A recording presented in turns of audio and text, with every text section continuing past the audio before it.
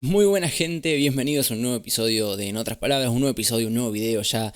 Voy a tomando poco a poco el rol de youtuber, se podría decir, y saliendo del podcast, porque esto la verdad, si bien me di cuenta que esto entra en la categoría de podcast, no sé qué tanto de podcast tiene. En realidad es yo prendiendo la cámara, hablándole a ustedes y me interesa más lo que ven o a lo mejor lo que muestro en pantalla que lo que escuchan. Así que lo voy a sacar de lo que vendría siendo el podcast y bienvenidos a un nuevo video entonces. El tema que quería hablar hoy es un tema bastante interesante, un tema que a mí cuando me apareció y cuando lo leí, cuando preparé el video sobre todo, me di cuenta de que me rompió una filosofía que a lo mejor tenía o algún prejuicio que yo tenía de que a lo mejor la contaminación o el agotamiento de recursos comunes o recursos naturales que están al alcance de todos nosotros tienen una solución con vías de mercado, porque tenemos por ejemplo a gente como Greta Thunberg quejándose de que ustedes solamente quieren hacer dinero, de que ustedes solo les importa el crecimiento infinito, algo así. Vi un video que ella estaba hablando y me llamó mucho la atención porque digo, a lo mejor el tema de la contaminación es un tema que va sí o sí separado de lo que vendría siendo el crecimiento económico, o sí o sí separado de lo que vendría siendo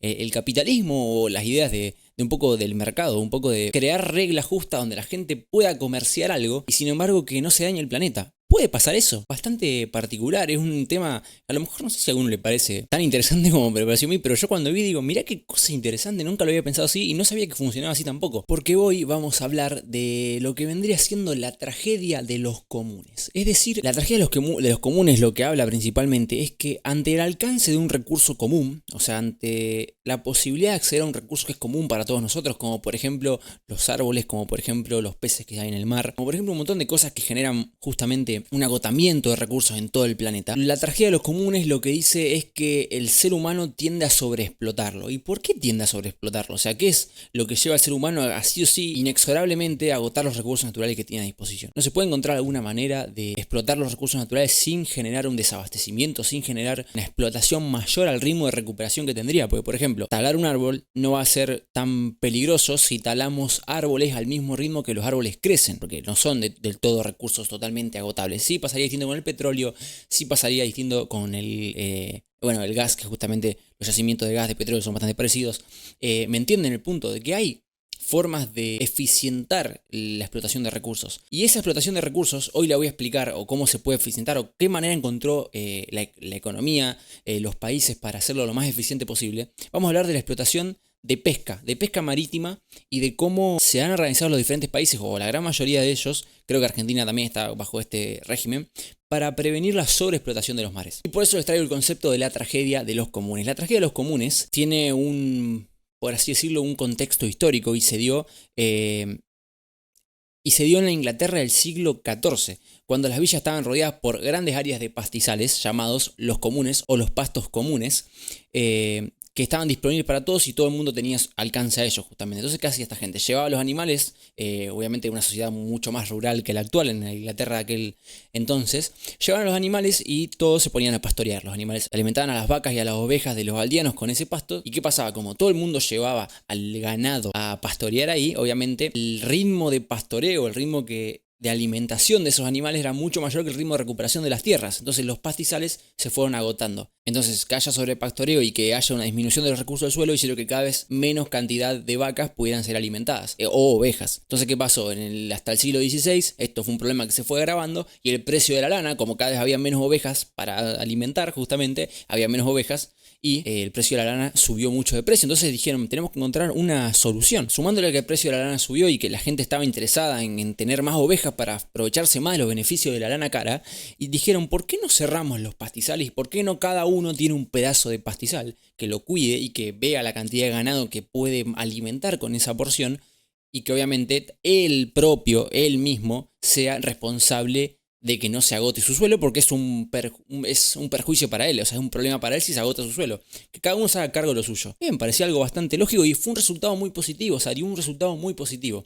Entonces, actualmente eso también pasa, y pasa en otra escala, obviamente mucho mayor y en otro contexto. Por ejemplo, el caso que traigo hoy es el caso de la pesca. Acá les traigo una animación que hice para que vean lo que viene siendo la pesca total de peces. Imagínense un océano cualquiera. La pesca total, creo que el ejemplo hablaba del bacalao del Atlántico en Estados Unidos, no me acuerdo, pero estamos hablando de un mercado de pesca, un mercado donde la gente saca barcos a pescar toneladas de peces y obtienen una rentabilidad de ello, ¿no? Entonces, ¿qué podemos observar por lo que yo le estoy mostrando acá? Vemos que a medida que aumentan la cantidad de miles de barcos que zarpan a pescar, en el eje vertical tenemos justamente la cantidad total de toneladas de peces que se pescan y en el eje de las X tenemos los barcos que zarpan. Si se fijan, hasta que llegamos a 5.000 barcos, entre más barcos zarpan, más pesca total dan, o sea, más pesca total producen. También podemos observar que hasta 5.000 la pesca total aumenta, pero cada vez aumenta menos hasta que llega a su límite, hasta que llega a su punto. Y a partir de 5.000 la pesca total empieza a retroceder. ¿Qué significa? Que empieza a haber una sobreexplotación de los mares, empieza a haber una situación en la que más barcos generan menos pesca total. Entonces eso es, se puede decir, perjudicial para todos y también perjudicial para la gente que sabe pescar. Sigue yendo gente a pescar, principalmente por el motivo de que por más que ellos saben que en el total pescan menos, a ellos les sigue conveniendo y eso lo voy a ver más adelante. Pero ¿qué genera esto? Si ustedes lo pueden ver más al detalle, es que empieza a haber una disminución de la población total de peces que pueden ser pescados. ¿Por qué? Porque aumentan la cantidad de barcos que hay en circulación de pesca, pero lo que hace indirectamente es disminuir la cantidad de peces totales que hay para pescar para todos. Y esto justamente genera una escasez de peces, no solamente porque bueno, los peces a nosotros nos sirven para comer, obviamente. O sea, la sociedad se beneficia del consumo de peces, pero ¿por qué no tratamos de hacerlo de una forma que sea sustentable? O sea, que mandar barcos a pescar no sea perjudicial para la población de peces que hay en un determinado mar. Claro, el problema de lo que pasa acá es que nadie tiene incentivos para cuidar los peces que hay en total, por lo que vamos a ver a continuación. Entonces ya analizamos la situación que tenemos. Hasta 5.000 barcos la pesca total va aumentando. Cada vez aumenta en una escala menor. Después de enviar a 5.000 barcos a pescar, vamos a ver que la captura total disminuye. O sea que es perjudicial para todos que sigan pescando más barcos. Habría que encontrar la forma en que se limiten 5.000 para que la captura sea sostenible, para que cada barco no genere un rendimiento peor, sino que genere el rendimiento máximo que pueden pescar todos y que no se perjudiquen. El problema es que tenemos que plantear una situación hipotética en este caso, donde a los barcos les cuesta, por ejemplo, X cantidad de peces salir a pescar. ¿A qué me refiero? A que para cubrir sus costos tienen que pescar como mínimo 20 toneladas de peces, supónganse, 20.000 toneladas, no sé cuáles son los números exactos, pero por ejemplo, el número 20 toneladas de peces. Entonces, cada barco pescando 20 toneladas de peces, por así decirlo, está derecho, sale derecho. También el gráfico que estaba nombrando antes nos da una estimación promedio de la pesca total. ¿Qué significa? Que podemos estimar cuánto pesca cada barco. ¿Qué significa? Que si dividimos la pesca total por la cantidad de barcos que salen, podemos saber cuánto pesca en promedio cada barco. Acá en este gráfico siguiente van a ver lo que yo les quiero explicar. O sea, tenemos los barcos que a un precio de 20 toneladas, por ejemplo, por barco, les resulta conveniente pescar. Otra cosa que vamos a observar en la línea azul, por ejemplo, es que la captura por barco disminuye. Si vuelven un poco más atrás en el video, fíjense el gráfico completo y van a ver que se puede guardar una relación que entre más barcos van a pescar, menos es la captura que cada barco captura, justamente.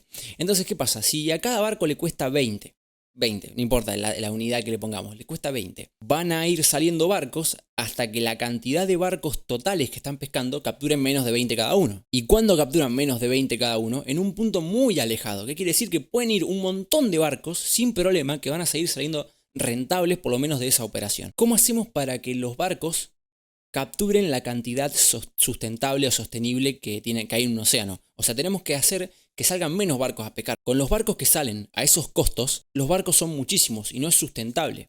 Porque claro, a cada uno le conviene salir a pescar, pero al total de ellos no les conviene, y menos a nosotros que vamos a ver una despoblación de peces, por así decirlo. En el gráfico justamente este lo pueden ver bastante al detalle. El punto donde dejan de salir barcos, por así decirlo, porque ya no es conveniente, es en 8.000 barcos. Y fíjense más atrás en qué punto de la curva de la U invertida, por así decirlo, están los 8.000 barcos. Sí o sí provocan la disminución de la población de peces. Entonces, como dije, que cada barco le interesa la pesca que consigue cada uno de ellos, tenemos que tener en cuenta a la sociedad, a la sociedad que forma parte de una economía. ¿Qué es lo que quiere? ¿Qué le conviene? Le conviene, bueno, que no se acaben los peces, que haya peces suficientes para que todos se puedan beneficiar. Pero claro, al nivel que hay actualmente, la cantidad de peces que se pescan es una cantidad mayor a la cantidad sostenible. Entonces, nosotros queremos ir al punto donde la cantidad es sostenible. Queremos ir a una cantidad de barcos zarpando en la que no se agote la población de peces. Y ese punto está explícito acá en este gráfico, por así decirlo, en la curva de beneficio marginal social. O sea, en cuánto se beneficia la sociedad por cada barco extra que zarpa. Por ejemplo, si lo ven en la línea azul toca al punto cero del eje Y con 5.000 barcos. Y si van para atrás al gráfico anterior, ven que los 5.000 barcos se encuentran en el punto máximo de la curva. ¿Qué quiere decir?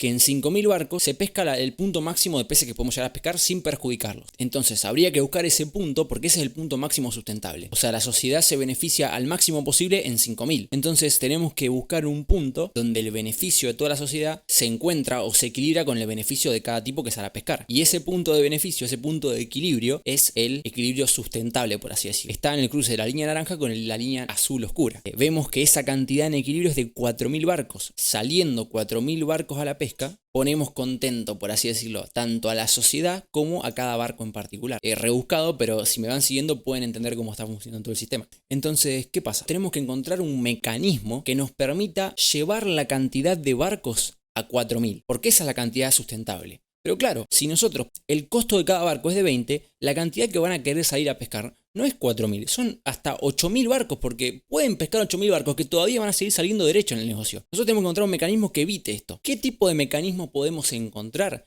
Y esto es muy importante porque uno de los mecanismos, una de las propuestas, está bastante de moda, ahora se puso bastante viral en Argentina con todo esto de las elecciones, que es básicamente la privatización de los ríos o de los mares. Pero antes voy a pasar por otro punto. ¿Qué pasa si ponemos una cuota de producción? ¿Qué significa? Establecemos un límite que dicen, bueno, pueden salir solamente 4.000 barcos y no se mueve de ahí. El gobierno que establezca una cuota de producción. Poniendo una cuota de producción, vamos a ver que solamente pueden salir 4.000 barcos. El beneficio marginal de la sociedad está en el punto eficiente, en el punto de equilibrio con los costos que tiene cada pesquero, por así decirlo. Pero el beneficio que va a obtener cada pescador, por así decirlo, es muy grande. ¿Qué va a notar? Que si evita, si esquiva esta cuota de producción, o sea, si va por abajo de la ley a pescar ilegalmente, va a tener un beneficio tremendamente grande, porque claro, los demás barcos no van a salir a pescar, entonces queda un montón de peces para que él pesque, genera un incentivo perverso, por así decirlo, a que se siga pescando de manera ilegal. Y no hay nadie que tenga el incentivo de evitar esto, porque todos se benefician de esto. O sea, obviamente, imagínense un mundo donde nadie le importa respetar la ley y salen todos a pescar, estaríamos en el mismo problema que estábamos antes. O sea, la cuota de producción estaría al pedo. A lo que voy con esto es que una cuota de producción podría ser eficiente porque limita la cantidad exacta a 4.000 barcos, pero daría el incentivo perverso, por así decirlo,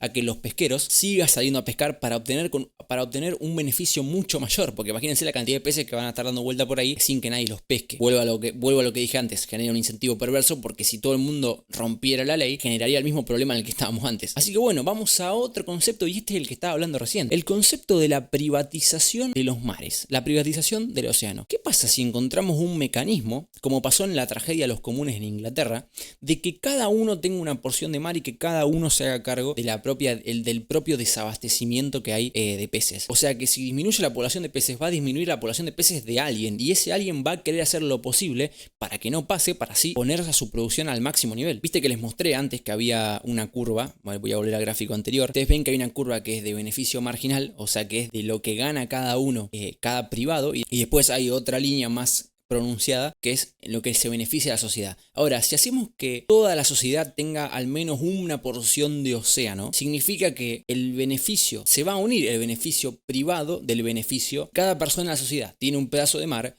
Cada uno va a velar por sus propios intereses y va a querer que no disminuya la cantidad de peces en su porción de océano. Es una forma bastante interesante de verlo, pero hay una realidad. Hay que ir a lo práctico, a lo pragmático, que es cómo haces para primero delimitar las parcelas de mar que le corresponderían a cada uno, o también segundo, cómo hacer para controlar quién se hace responsable de los peces que desaparecen. Porque a lo mejor, claro, los peces se mueven, están libres por el mar. Entonces, privatizar el océano, caeríamos en la conclusión, si quisiéramos aplicar esto, de que no hay forma de medir, no hay forma de especificar cuánta responsabilidad es de cada uno y eso es lo complicado. Sería una solución porque es la solución que se aplicó en Inglaterra en el siglo XIV y funcionó, pero sería una solución imposible en términos del océano porque no hay forma de hacer una medición exacta de que cada uno tiene responsabilidad por cada pedazo de mar. Digo, bueno, yo soy un pescador y pesco en mi parcela. Es prácticamente inviable hasta que se encuentren los métodos para lograrlo, pero bueno, tendríamos que tener un avance tecnológico tremendo y no es el caso. Pero claro, ustedes escuchan a un candidato a presidente decir hay que privatizar los mares y lo primero que piensan es que